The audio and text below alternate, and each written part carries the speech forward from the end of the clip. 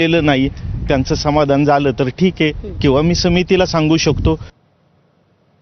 राज्यातल्या अनेक मुद्द्यांवरून अधिवेशनात घमासान पाहायला मिळालं. त्यातच एसटीच्या मुद्द्याचीही भर पडली आहे. गेल्या अनेक वर्ष एसटी महामंडळ तोट्यात आहे अशी माहिती परिवहन मंत्री सरनाईकांनी दिली. यानंतर माजी परिवहन मंत्री परब आणि सरनाईक यांच्यात खडाजंगी पाहायला मिळाली.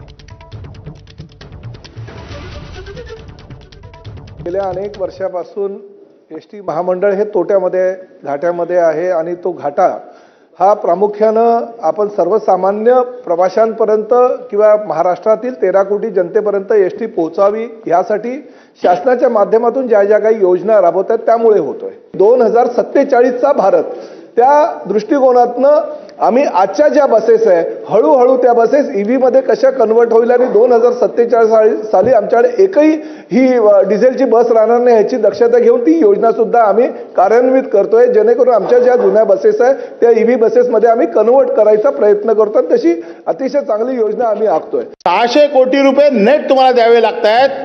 त्याच्यामुळे वर्षाचं त्यांचं जे बजेट आहे त्याचा तुम्ही हिशोब करा. 4500 कोटी रुपये तुम्ही देताय म्हणताय 6 महिन्यामध्ये. तुम्हाला महिन्याला डेप्रिसिएट आहे.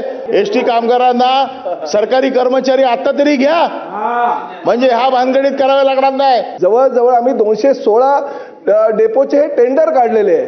ते टेंडर निश्चित झाल्यानंतर पुढल्या 6 महिन्यामध्ये त्यातले सुद्धा पैसे आम्हाला येणार आहेत. परब साहेब, तो अशा पद्धतीचं कॅल्क्युलेशन करून निर्णय घेतो जेणेकरून माझ्या कामगारांना सुद्धा त्यांची जी थकबाकी ती मिळाली पाहिजे आणि अशा पद्धतीने त्यांची थकबाकी ही पुढल्या 6 महिन्यामध्ये टप्प्याटप्प्याने आम्ही देणार.